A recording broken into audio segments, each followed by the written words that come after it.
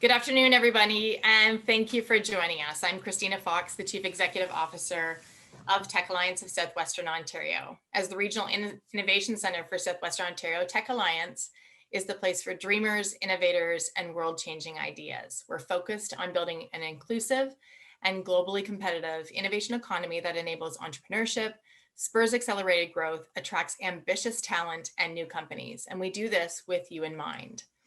Through our advisory services, our accelerator, and experiences like these, we are working together towards significant and impactful regional prosperity.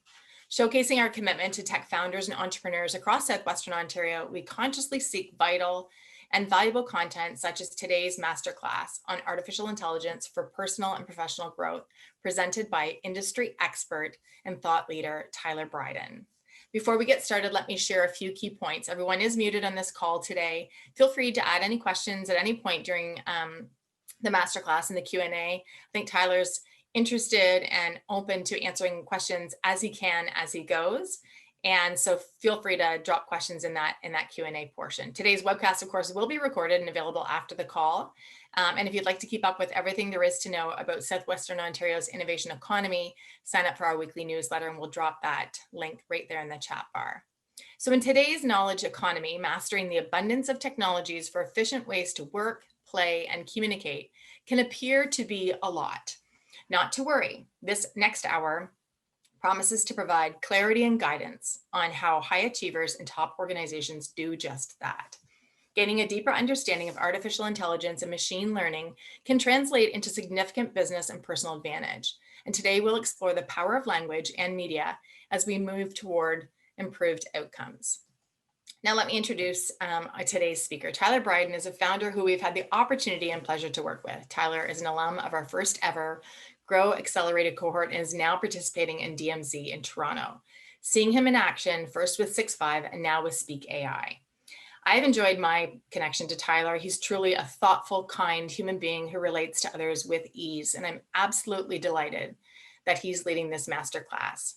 Tyler is a graduate of Western University and Fanshawe College, where he studied interactive media and the effects of evolving technology in people's lives and business. And after graduating, Tyler started his first company, 6.5, to help businesses and nonprofits amplify their story and drive support, leads, and sales through marketing, workshop facilitation, and technology implementation. Seeing gaps in his own personal and professional life, as well as the clients of 6.5, Tyler incorporated the second company called Speak AI. Tyler and Speak AI team are building a platform that extracts insights from audio, video, and text to help people and teams communicate better with themselves and with others, both online and in the real world. It's really, really fascinating. At Tech Alliance, we have a common belief between our board, our staff, our entrepreneurs and residents, and the entire technology community that in pursuit of creating spaces where innovation truly thrives, we are focused on amplifying leaders in their fields. And so we are thrilled to have Tyler here as a leader in his field, sharing his own expertise. Tyler, now over to you. Wow. Thank you, Christina. You really set me up here, and this is an honor. The term masterclass sets me up for a high barrier here, and I'm hoping I can at least share something interesting that you can walk away with. Sort of put this term artificial intelligence for personal and professional growth. We were curious about what this turnout would be. Were people interested in this? Was this too vague? All these questions around this, and how is this technology going to impact our life? More than just the technology, though, it's not just that technology piece. It's actually the system that can be set up, and then also understanding how technology can be used gives us a framework for how we think about things, and that's something I'm really excited to actually explore today. The idea I think that we're trying to get to is that this is just setting up seeds. So there's going to be a lot of information in here today. I want you to have your own sort of bias and sort of critical looking at everything here, but I hope that you can walk away with something and maybe some things to explore. I'm going to share out these slides after, and I've tried to make them sort of not slides that are just like a picture. This one, actually, I'm contradicting myself because this one's just a picture, but that are not just these vague things. So there's links in them, and really that they're valuable resources after. So I will make sure to send those out. And again, please feel encouraged to put comments, questions in here. I will do my best to answer or sort of work through them, as long as they just don't take me too deep down down the rabbit hole that is very possible with some of these topics. So we're going to do sort of a surface level look at some of these things. And if you are interested in talking more, we do have office hours tomorrow, and then I'm going to include a Calendly link. So if you ever want to book a meeting or chat, I am deeply enjoying all the conversations that are emerging around these things. So first, I had an agenda, but I think what's more important is actually what are the actual outcomes today. So one of the base ones that I'm really excited about is what is the technology that is impacting us right now today, but how is this going to emerge and continue to grow, and what does the future look like? If this technology is in its infantile state right now, where is it actually going to be in the short term, but then in the long term as well too? Another one that is, deeply fascinating is how to create measurable goals. And this comes from, a lot of people have maybe seen me do talks on, through Fanshawe corporate training or just in the public on marketing. And I started to see the parallels between optimizing marketing and then also how we can apply that same optimization, analytics, and measurement in our own lives to improve ourselves personally and professionally. So in order to do that, we actually need to set up goals. And I'm just going to take a quick walkthrough of how high-performing individuals and teams are using a structure to format these goals in a really unique way to actually be able to see those goals come true. This one is where I'm personally spending a lot of time, and I guess if there's any masterclass part that maybe I've spent a lot of time on is analyzing our communication and then others' communication. And I'm going to make a really sort of nuance here is when I say communication, it can be a very vague term, but right now I'm communicating with you. But one thing that I really want to think about is the communication that we also have with ourselves. So the dialogue, the internal dialogue that's running in our head, and how that can be both negative and positive. And depending on what that dialogue is, the dramatic impact that it can actually have on our lives. So very excited to walk through and share that with you. The other one, number 4, how to implement a self-analytic system so you can actually monitor and improve. And between setting the goals, understanding a couple things that we can look at in our own communication, and then using some technology and some techniques to actually quantify that, there's a way to sort of dramatically improve ourselves more than we ever thought possible. And this is some really interesting insights that I've discovered along the way. And then lastly is the idea of understanding and then learning how to induce and maintain flow state. So this is going to be a pretty action-packed hour. Generally, I could see this being like 4 hours. I'm going to go through it, and I apologize. Some of this stuff I would love to do, like interactivities and all these things, but I'm hoping that I can at least present this in engaging enough a way that that you enjoy it, and hopefully in the future there's opportunity for more things like this. I think I want to touch on quickly is just like why now? Like why is this such an important topic right now? And I think I feel it. Just maybe breath like. There's a little bit of chaos in the air right now and throughout the world. And between this pandemic, this election stuff that's going on, and then, the remote work that's come out of this, there is an even more scrutiny on our own mental health and well-being than ever before. That coupled with the synchronistic timing of like technology and then this virtual communication and work that's going on has had massive consequences for us as people, both personally and professionally. And so I want to walk through some of those today and just sort of again highlight how important and crucial this is right now. A couple sort of stats in here. This is an information-packed slide, but the cost of the cost of global mental health conditions is going to rise significantly, and this is just spiking now because of it. And it's really sad to see some of the consequences of what is taking place. And so this is something that we're going to continue to have to focus on. And if we can't take care of ourselves, our own mental health, our own mental well-being, we're not going to be able to have the economic growth we want, the business output that we want. And there's a direct link between our well-being and then the quantity and quality of the work that we actually do. And as the longer we keep that separate from each other, the longer we're going to have to sort of struggle with these consequences of ignoring it. Advancements in multimodal media analysis is one that I really want to talk on as well too. We had very sort of dumb systems before, but now we're not able to just analyze communication in terms of what is said. It's how it's being said. What was the tone? There's now a lot of work being done on emotion. There are so many things to consider with advancements in technology.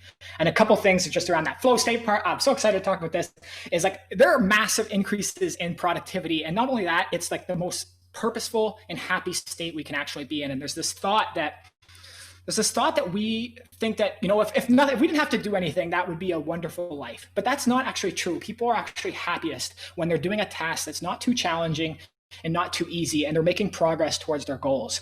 And flow state is this perfect sort of grab of that, this moment that you can reach where you're achieving that state that is blissful and impactful both in your personal and professional life. And then that last part is the productivity gains that are actually possible by unlocking insights and data that we've never actually had before. IBM believes there's about 93% of data is dark data, and these contain essential insights for us running our businesses. But more than that, they contain essential insights into our own lives and how we can be better as people. Wanted to take a little, I don't know what this is. I'm just kidding. I should know the exact dates and the size of gigabytes in this. I've showed this slide before, but this is the massive difference in processing power that we've never, that has unlocked all this power. That was the same size as 1 megabyte or whatever it was. I should know this. And then this picture, only a few decades later, more than a few, but a couple decades later. And now all of a sudden we have the same processing power, even more than that, on a low cost and on a scale that we've never actually seen.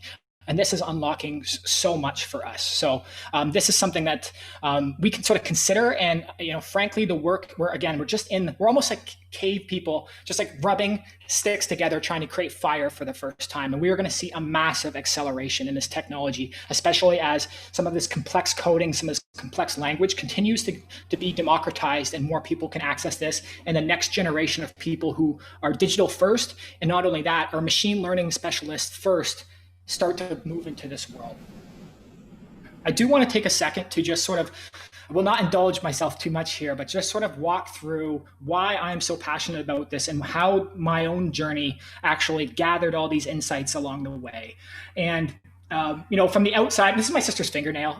She's got some beautiful, beautiful color on there. But I grew up on a farm, and from the outside, things looked great. And I think many of us as Canadians, we have a quality of living, a quality standard that we are very privileged to have and very grateful for. But just because things look shiny on the outside doesn't necessarily mean that everything is perfect on the inside. And unfortunately, I had a father who struggled deeply with alcoholism. The consequences of that in the representation of negative relationships that can come, the interpersonal relationships, and then our own worldview that actually comes out from that. So all of us have experienced trauma. All of us had pain. What can we do to work through that, acknowledge that, and then actually harness the lessons from that pain to actually grow? This is just quickly. This is a big part of my life. This was hockey. This is what I was good at. I spent a lot of time. In this image, I'm tripping a kid. I'm about to get a penalty. I don't know if I should say this, but it was a little bit of a shit disturber. And you might see this come out a little bit in this presentation. So this is just sort of setting up that hockey was a crucial part of my life and one thing that actually brought our family together. And I have an image here. This was the final game that I ever played of sort of, I guess, we'll call it semi-professional hockey, but it's for the London Nationals Junior B organization. It was the first time that we ever won a championship in the city, and it brought my family together. So I've got my mom, she's crying. This is what moms do. And then even with some of the damage that had been done and my parents splitting up, they came together for this moment. And it was a very emotional moment in my own life. However, this was also the moment that I had spent 15 years leading up to and I thought was going to be full of joy. But what actually happened was I went completely numb. I didn't feel anything. The moment that came, it made me feel nothing. And actually after this, and unfortunately a lot of people in our lives, competitive athletes, competitive players, they lose purpose after this is taken from them, something they've dedicated so long to. I then went down the party path. And unfortunately, it's not what is not a good idea is to give a bunch of young kids who just won a championship blank checks to basically party. And now I can reflect back on this and say I was going down the wrong path, but in the moment it's really hard to identify those things. And this is some of the things that I'm now working on is knowing what I've learned from my own life and what we're all learning from our own lives, the ups, the downs. How can we set up warning signs? How can we set up triggers? How can we identify patterns in our own lives to then help us either stop going down and having a downward spiral or foster growth when we know that we're on a positive trend? I don't know why my pants aren't buckled here. That's what happens sometimes, I guess. And then this was sort of the continued stream. There's a big difference between solitude and isolation. And after my 21st birthday, my dad had a heart attack and he lived, but it brought up all these revelations and emotions that I had never dealt with before. I don't even know where they came from. And at the speed that it was happening, I just couldn't handle it. And I basically had a full breakdown. And this was me actually wandering alone through Toronto, just as lost as you could be, trying to figure out what life is and who I was. And unfortunately, that took me down a path. And I ended up as an inpatient in a hospital for over 2 months. Although Canada gets a lot of love for a healthcare system and everyone is trying their best, there's a lot of gaps. And this is when what really emerged for me was the importance of self-healing. And that's something that I want to talk about today. And not just self-healing, but self-improvement and self-growth. And what happened is the journey is you want to get back to not only the baseline that you were at before, but you, like all of us, we want to live to our full potential, whatever that full potential actually is. And this is me on the recovery journey. And although I look happy here, there was a lot of problems I still had. You can see here, actually, I don't know if I was quite at the peak, but I was about 280 pounds after this. I went from a fit hockey player.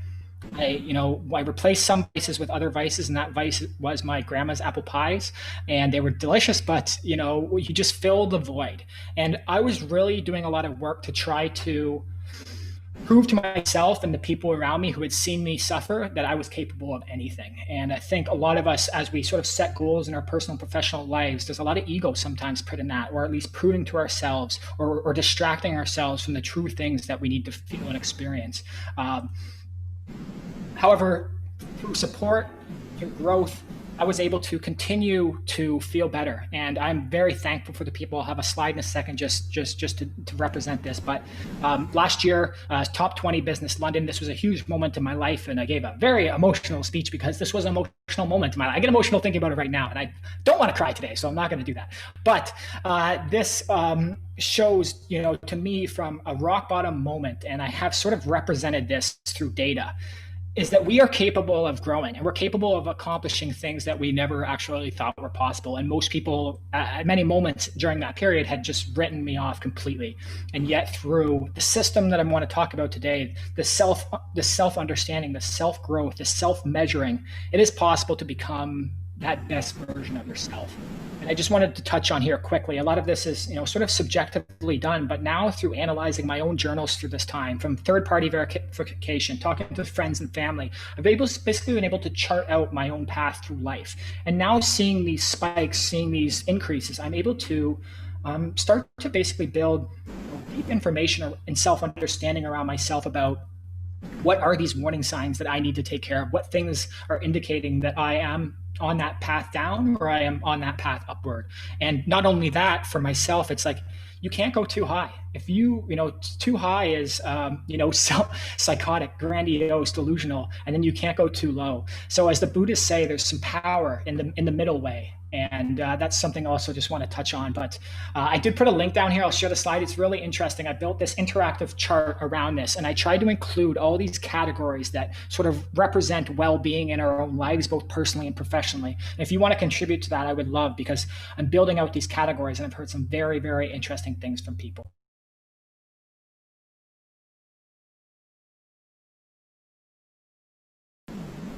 Along this way, one of the things I mentioned was the self-healing part, but what became very so clear to me was the power of self-documenting, whether that's journaling. Like at one point, I just had so many thoughts going through my head, I just didn't even know what to do. And so I was writing constantly, paper, just everything I possibly could, audio notes, video notes, and I just didn't know what to do. And what I realized was through this self-documentation process, some people journaling, some people diaries, whatever it is, talk therapy, this unstructured thought process, this stream of consciousness that we actually have reveals so much about ourselves. And if we can capture that in the right way, we can reflect back on it and learn deep things about ourselves that we just never thought possible. We can get to the root of problems that we just didn't even know that we actually had. We can find the things that have been repressed. And this is actually used in psychoanalytic therapy called free association to help therapists work with patients to actually work through their own traumas. And not only does this have opportunities to improve your mental health, it has a deep impact on your actual physical health as well too. and there's amazing studies going around that. And we'll talk a little bit more about this. One thing I will say as we start to dive into some of the technology stuff is, although technology is a beautiful thing, we cannot replace the connection of community. So this is Innovation Works. This is what makes me emotional. Like, you can't replace community. And we look at the Canadian Index of Wellbeing. This is actually a huge component of what makes life good for people. And not only is Innovation Works a community, Tech Alliance has been a community. London has been a community. They have built myself, and they have built many of us here right now up to be the people that we actually are. And I just don't want to forget that as we dive into some technology stuff. I would love to ask a poll, but I didn't quite get to go at who has heard of the quantified self is my question. I also like the term self-analytics, although that is not really a term yet. And the idea is self-tracking with technology. And it's now a huge rise in communities and the makers around the world. And the main core piece is self-knowledge through numbers. And what a fantastic, I just think that's so beautiful. With new technology, it allows us to take the quantitative methods used in business and science and actually apply them into our own lives. And again, we can do this in that professional context, but we can do it in a personal context. And I hope, my life completely intermingles personally and professionally. And I admire, and I wish I could have the work-life balance that some people who are able to separate those things. But I think especially with this rise of remote work, that's starting to intermingle together. And I hope that you can see the parallels and how closely these are connected. And the idea, if you can improve, for example, your fitness, or if you can improve your communication, that's going to have a dramatic impact on your success in your professional relationships and your growth in your career or your business, but also personally in your relationships, your intimate relationships, your intimate friendships that you actually have with people. There's a lot of new technology. We'll touch on a couple of them, but is collected through wearable devices. Other terms are biohacking, life logging, personal informatics. And I've got a little list of some amazing entries into this category. I want to share this. This is so interesting to me. This is a guy named Steve Mann. He lives in Toronto and is a Canadian inventor. He's a professor and engineer. And he was one of the first people to really harness technology to actually do this. You can see he's wired up there with EEG devices and all these biological measures. And he was tracking himself like 24/7 at one point, and then optimizing his own life in profound ways. He's actually inventor of the Muse device, which is a device that you wear on your head. And when it does, it measures your brain waves and sees how chaotic your brain waves is to give you real-time feedback. And you can use that to improve your meditation practice. And that's an amazing company. And it's a look at how AI and technology can be actually used to have a big impact on our personal and professional lives. And then just on the note here on the right, he's got these glasses on, and these are audio and video recording 24/7. And he pulls that information into a database and then scrapes it and analyzes it and learns all these things. So a very fascinating person. I've had the pleasure to interact with him, and it is eye-opening, and it's a true genius who is literally living in the future. So I just wanted to touch on that. I think it's so fascinating. So what I want to talk about here is how can we actually implement this system into our own lives. And so what is actually required to do this? There's a couple key points here, which is the ability to capture data. So what kind of data are you capturing and how are you actually logging it? You need to gather enough data. One point is usually not enough to be able to make insights or decisions off, and you won't be able to, sort of harness or measure any correlation. You have to have methods to clean data. So there's a lot of work going into, for example, automated analysis of, audio and video and all this stuff, but there's some significant gaps. So if you don't have the ability to manually edit or label or do any of these pieces, then you're going to have a lot of information that might surface that might not actually be accurate. So definitely something to consider. Tools and techniques to analyze information. And this will continue to get more and more democratized and have no-code solutions. But at the time right now, there's a lot of systems like TensorFlow by Google, SageMaker by Amazon that really people are using machine learning work to then connect these data sets together and surface insights that we've actually never seen before. And then I would say relevant metadata is very important. So say you were to analyze all these emails you're just trying to find moments of, for example, intense emotion or something, but you have no timestamps around them. You don't know what time they were created at or what date. All of a sudden, you're losing important pieces of information that could actually be deeply, deeply insightful. And so, relevant metadata is an important level of an analytics system. I think the means to visualize, interact, and understand data is just a crucial step. If you just have a bunch of numbers, you're not going to be able to do much. So, what can you use? I use a system called Google Data Studio, and I think I have a link to that. And there's more and more tools that are coming out. So the last piece of this is actionable insights. So great, you've done all this data capture, all this work, but if you don't know what to do with this information, then that work could be not useless, but very expensive and time consuming, and not give you the information that you need to actually be able to move forward in your lives. And I want to talk about something quickly that became very clear to me. This was actually clear in the marketing work that I was doing, which was a lot of us don't actually know how to measure things successfully. So I would log into a website, someone would ask us for some support, and I would log into a website and realize they were not tracking goals. They didn't know how to measure a contact form submission or a phone call. They didn't know how to set up these systems. So then all the optimization work, all the insights that were drawn were not optimized around the right things. And we could get lost in a sea of information and just spend years of our life looking through it because so much information is generated. So you need to be able to set goals properly. And many of us know that just optimizing for professional success is not going to make us happy. We need to have this balance in our life to really excel and feel like we've lived a life with no regrets. And I did see these parallels in marketing, and I really saw, as I use Google Analytics and I use Google Ads, I saw that the same system for optimizing the marketing that we're doing can actually be used to optimize our own personal lives. And that's what I want to talk a little bit about here in a few slides. But first, I want to break down what we need. What is well-being? What are we actually, if we're trying to set these personal professional goals, the end of the year is coming. 2020 has been a weird year that has been disruptive for us and has really challenged our notion of what is reality, what is world, and how stable is this all. So how can we, again, live a more balanced life that allows us to navigate through some of these uncertain times that we're in?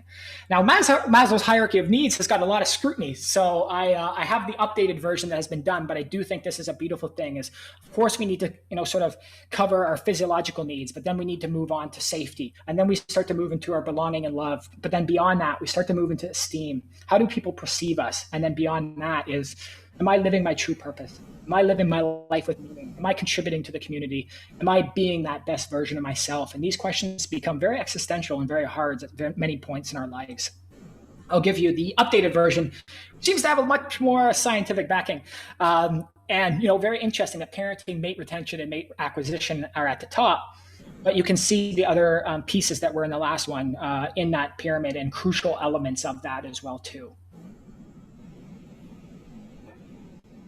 So this is, I love this. This is the Canadian Index of Well-Being. So this is when Canadians were trying to do these massive studies for research. It was, what makes well-being for Canadians? What does that actually look like? And again, Canadians, we're very, very lucky, whether that's community vitality, and we have that in London, and democratic engagement, whether it's leisure and culture, that we have these amazing, events that we can do in the city, but then walk and be outside in nature.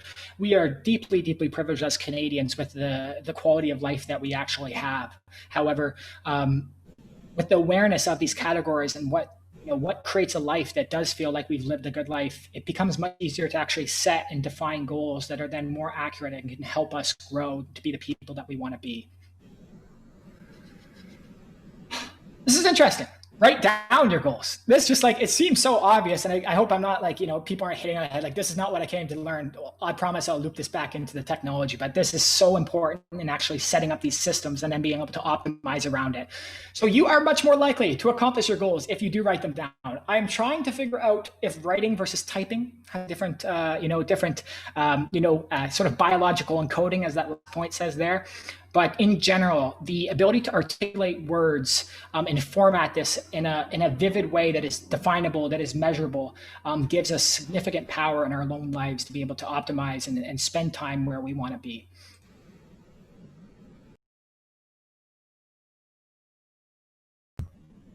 So this is a system called OKRs.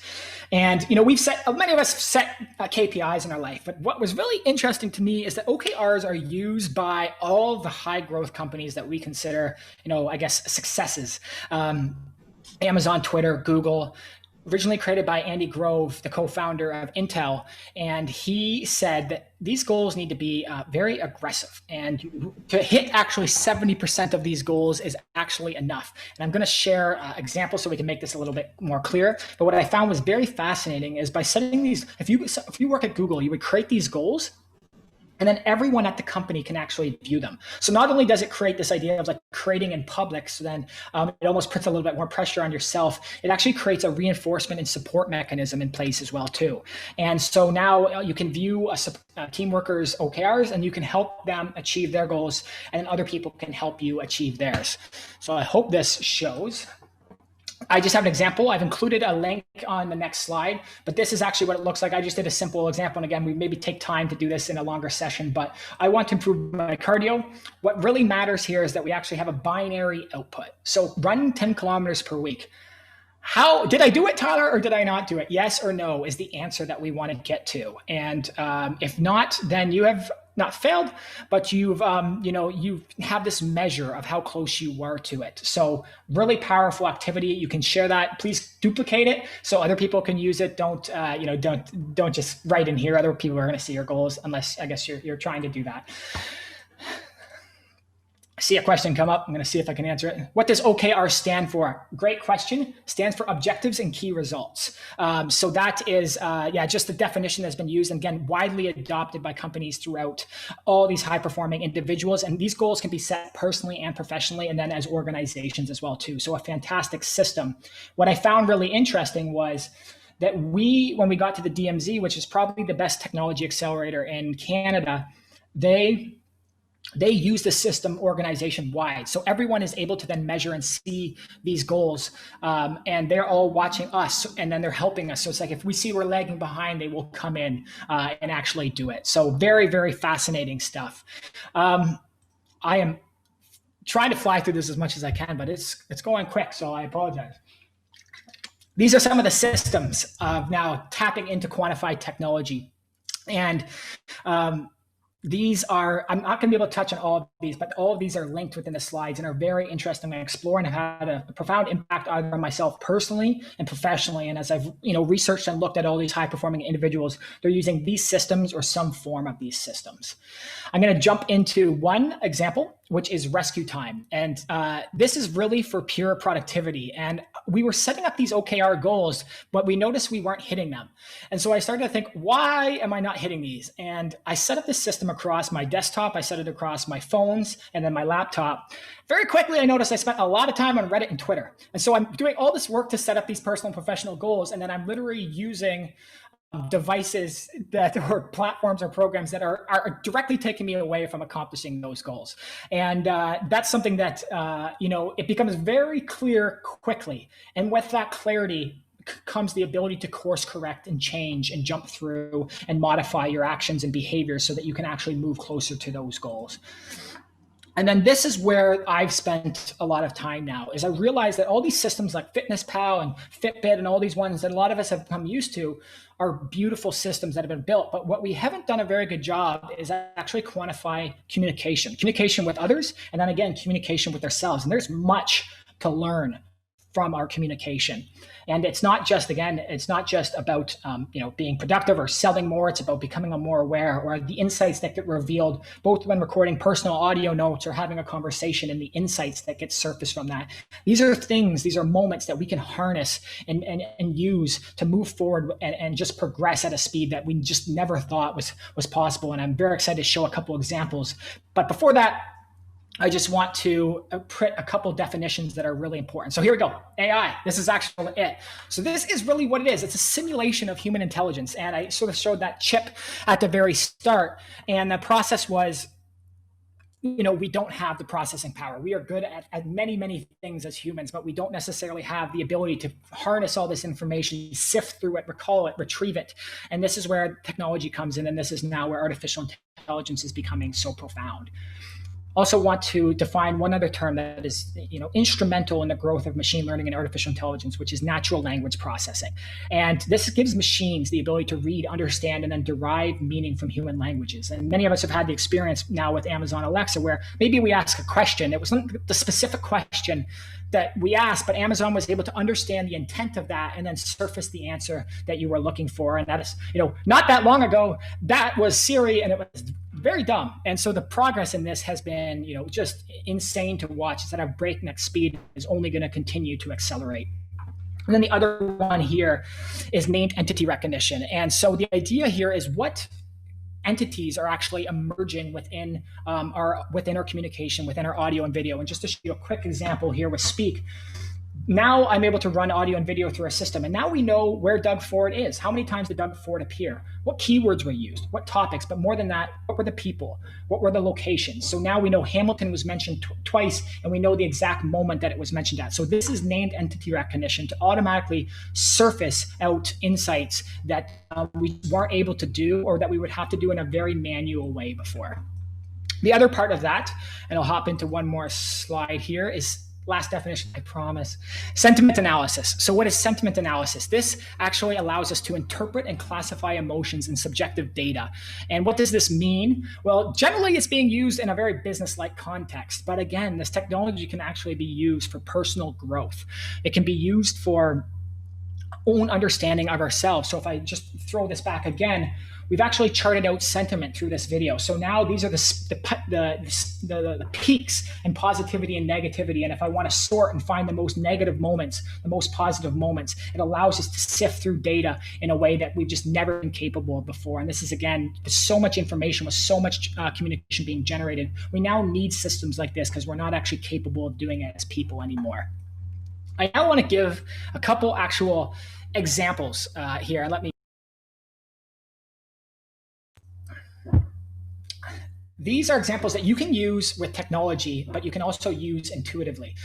Keaton, I see your message. If you don't have much written or recorded down, you have it somewhere. And what's crazy about the system, at least that we're working on in more systems, is they're importing original metadata. So even if you can find anything and you know this certain time or date that it was created at, you can import into the system, modify when it was originally created, and then get insights going back. So there's a lot of potential, even if you have artifacts lying around somewhere and you know the general area or time that it was created around, to harness insights that you thought might not be possible.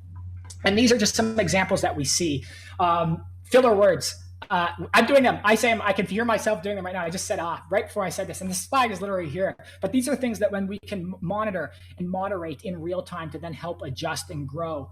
The other one that I really like to talk about is absolutist words. So when you start to see people say absolutely or completely, we shift from this idea of a temporary state to a state of permanence. COVID has came, I'm a complete loser, the world is always going to be this way. These are indicators that we're maybe having a cognitive distortion, and we can correct these with ourselves, or we can help clarify when we're talking with others. Self-talk. We all have it. And how can we take negative self-talk? How can we be aware of when we're doing that, both, in our own lives, privately with ourselves in our head, or also when we are communicating with others? I'm not good enough can be reframed. I'm broken can be reframed. All these little notifications or warnings can actually be shown and triggered that we can then learn from and grow from. Also wanted to show quickly just how companies are breaking down language. So not only is it, again, what we say, it's how we say it. It's the pauses that we take. So this was an amazing organization called Winterlight Labs that looked at dementia and Alzheimer's. And what they realized was, for example, when someone had a long unfilled pause, it was because they were having difficulty finding the word. If they would repeat words over and over again, it was because they had a cognitive strain that they could no longer, produce those words at automatic recall. Some people would change from saying someone's name to then just using the word her because it was so much effort. All these insights are completely now possible to understand, and now through machine learning, automatically extract and identify. And this is the power we have in our own lives, both as people intuitively to do, but then also through the lens of technology. This, I'm moving quick now, and I apologize. We're flying through here. This is the, how one of my favorite speakers, David J.P. Phillips, actually breaks down the best communicators. And this is not just, you can see, it's not just the words and the language that's used, it's body language, it's voice, it's how nervous did you come off. All these things can be used to then understand ourselves better, and then also have better communication, better relationships with other people. Emotion. This is a deep one that technology is trying to figure out, and I'm not sure that we're going to get the answers anytime soon. So if someone's telling you that you have this emotion, remember that, emotion is just something that we communicate, and sometimes it depends on cultural barriers, cultural context, or even our own vocabulary. We're not actually accurate. We can't actually objectively even measure or communicate our own emotions. So don't let machines tell you the emotion that you have. It's only the emotion that you're communicating, and then you can verify by yourself. Some final examples that have really surfaced for me is I'll just touch on one, was need versus want. I look back at 9 years of Evernote notes that I had taken, and I looked at all the things I said I needed or wanted. And they were mostly delusional. Most of these things were not actually accurate. And it was really a profound moment for me. And now with that knowledge, I'm able to adjust in real time and then be able to understand that I should not be using the word need unless I actually need it, and the difference between need and want. And then also, just lastly, the persuasive words like free, instantly. These are words that you can use to persuade others, but that you can also recognize and identify when people are using on you. And then, lastly, how does AI help in this process? So again, I apologize. I know I am moving fast here. I just wanted to get through a couple pieces. This is something that I find is there's just too much information being processed. So this is some of the work that we've actually done with our system here. Should adjust. There we go. So I'll just give it a little refresh. Don't worry, these slides, and again, I love talking about this stuff. So I'm more than happy to talk about it. So now instead of just looking at individual notes, how can we surface things from the past? So say I look all time and I say, how many times have people been mentioned? Now I can start to see all the spikes in people. And not only that, we can start to see the exact time and date that those moments were created. And more than that, we can even drop down and see the exact time and sentence that was surfaced in, and we can jump to that specific moment. We do not have the ability to do this as humans, but we have the ability to do it with technology, and this technology is only going to continue to increase. I'm going to push this to 150. Christina, I'm coming, I swear. This is going to seem like a hard pivot, but this is deeply important because now we've talked about goals. We've talked about how you can measure some of your own language, both intuitively and with technology. But if you can't get yourself into a state of clarity and a state of focus, then you're not going to be able to accomplish a lot of these things. And that's what I realized when I looked at these OKR goals was I wasn't hitting them, and I started to ask myself why. And it was because I was running around all days in meetings. I was talking to people all day. I was taking calls all day, and it really started to show the chaos in my life. And one thing that I think remote work really illustrated for us as people was it's actually very powerful to have time to ourselves, to be able to block out, to not be disrupted every time, not to be distracted. And flow state is the outcome of this. And what is flow state? First of all, I'm just to give some science to this of what is it. This was an amazing study done by McKinsey. It's a 10-year study. And they showed that top executives, when in flow, were 500% more productive. So what they're saying is that if you were to spend one day in flow, you would outperform your peers in one day the entire week if you could spend that day. That is insane. And more than that, most of us only spend 5% of our lives in flow. So what are the ramifications of that? And I just thought this was so interesting. One of the great VCs said that flow state percentage, defined as the amount of time employees spent in flow, is the most important management metric for building great innovation teams. So if you're an individual or you're organizing a team, try to let your team block out time. Try to stop these meetings all the time. Try to give people their mornings back or give them the time that they need so they can hit these states, because they will accomplish far more than if they don't. And more than that, personal and professionally. So just a couple last moments. I'm almost done. I can't believe I got through this. And again, I apologize at the speed that we had to do it, but like, what is flow state? Completely focused on the task at hand. Time distorts. You no longer feel time. You're happy. You're in control. It's creative. It's productive.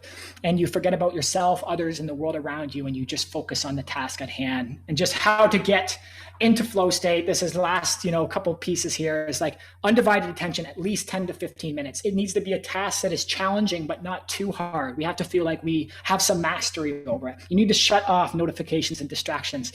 Listen to instrumental music. It's a beautiful, beautiful thing. Create a clear outcome or goal. You can see in the background, I've got some incense burning. I added this one myself, but I think there's a power in setting scents for yourself that then trigger these flow states. So now in the morning, I can create an incense, and it's a trigger for me to then delve into the state of focus and productivity. And by doing that, I've unlocked, productivity gains, and not only that, happiness gains that I just never, ever thought were possible. And then drink tea, coffee, or whatever helps you focus. Couple last things, just to bring this back into how is AI and how is technology, harnessing some of this work that is being done. Endel is an incredible company. So it creates personalized sound environments for you. It's actually have a board of advisory from one of the people who founded Flow, and the sounds are generated in real time based on various inputs like location, time, weather, and it actually creates music that is only for you. So I had this experience running with Endel, and as I picked up speed, the beats per minute in the music created, or the music sped up, and I was able to feel that impact on my own speed of running, but also the flow state that I was in. If you don't want to go Endel, there is also Spotify, which to me, if you start listening to this kind of music, they will give you some incredible, just running playlists that then keep you in this state. And I just say Spotify, you know me well, just take control and go ahead, please take this. And it's left me into these amazing mental states for hours on end without having to ever even shift a single song. And then just if you have, if you're trying to, how important is scheduling flow state? Flow state can come individual. It can come from I say, ride the wave of inspiration. Sometimes we have these deadlines and goals that feel so difficult. You're not going to get them done.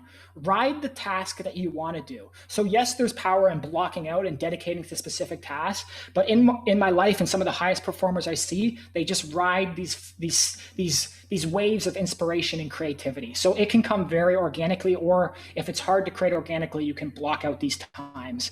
And so lastly, just to bring back to this flow state part is just, these are some amazing songs. This Curated Energy Focus by me is a little intense. I actually don't like this kind of music, but it actually has helped me on the energetic this. But I would recommend for a starting point, either these two ones, I can't say the first one, but Orbits by East Forest is a powerful, just an album that has really been used in a therapeutic context, but now for inducing flow states. And it's an automatic trigger for me. It only takes a couple minutes.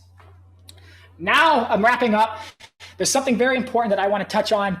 No one get mad at me. Hopefully I don't get in trouble. But this is different from technology.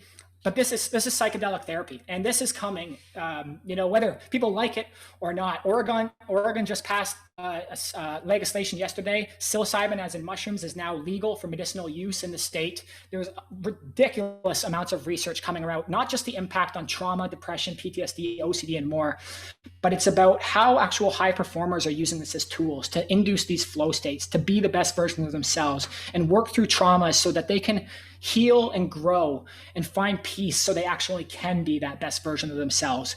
This is very, very interesting stuff. And, I've worried that this actually would have an impact on my professional career, and it's the opposite.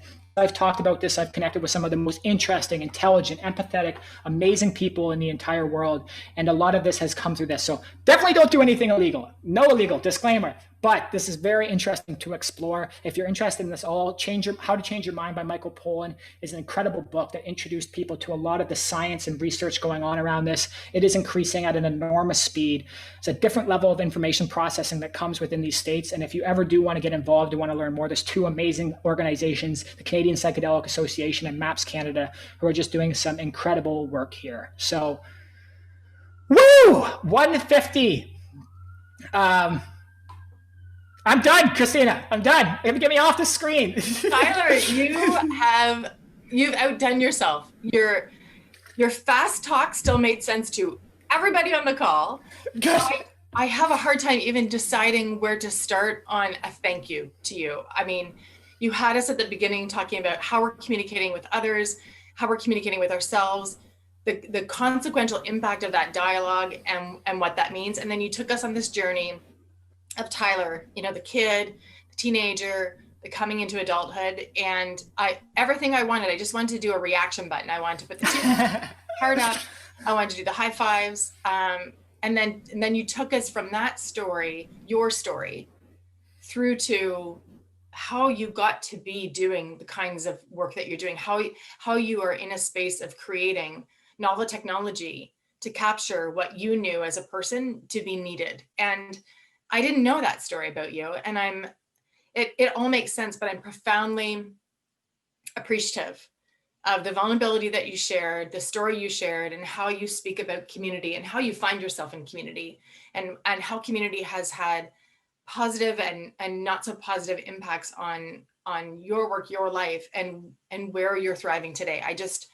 All of it just seems so surreal to think of you just a few years ago and what you were facing, focused on your own well-being. And having you host today, I feel like I'm doing a run-on sentence, but having you host today on a day that feels like it's really ominous and still a little bit scary in the world, to have you speak today and to start your masterclass with that kind of vulnerability is just simply outstanding. Thank you.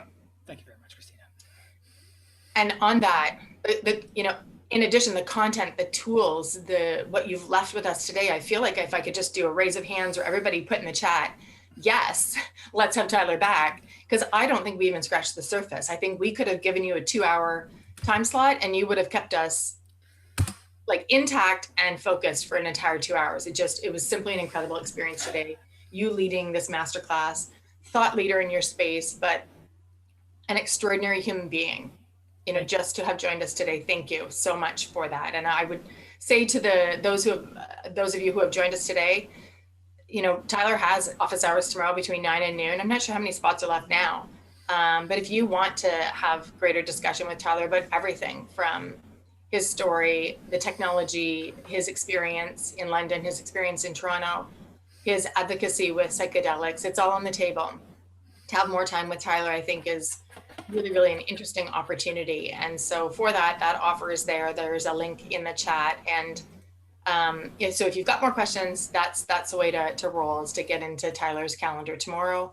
And of course, there's a generous offer to have the links available. I'm going to be checking out the flow state music list because I was thinking about my own this morning and how I get into flow state, sensory, the smells, the sights, and the sounds, and what that does for me, and protecting my calendar so that I can be optimizing my productivity and my flow state. So I love that you addressed that as well. I love that Keaton asked the question about, what if you don't have the history? How do you get it? And you shared with us, this is how you get that history. You don't have to have been journaling in Evernote for many, many years to know that there's ways to gather that. So many awesome tidbits. I don't even think I've covered half of what I found fascinating. I was taking copious notes myself. I'm curious what, might come as a result of aggregating that data and looking at it more deeply. So again, our thanks to you on behalf of Tech Alliance and everyone who has joined us today. Thank you for joining us, Tyler, for leading this masterclass. It's fascinating, it's interesting, it's thought-provoking, and an extension to everybody as we round out this masterclass to continue to be safe, to stay well. Thank you again, Tyler. Thank you very much. This was a wonderful experience. Appreciate the community that you fostered and for everyone being here today. It was a joy to be able to do this. And sometimes I get a little bit nervous to talk about this stuff, but you guys, you encouraged me to do it. And that is a relief. And it's amazing when you can be your true self, what is actually possible. You bet. Okay. Well, thank you, Tyler. And thank you to those who have joined us today. Have a wonderful day. Take good care.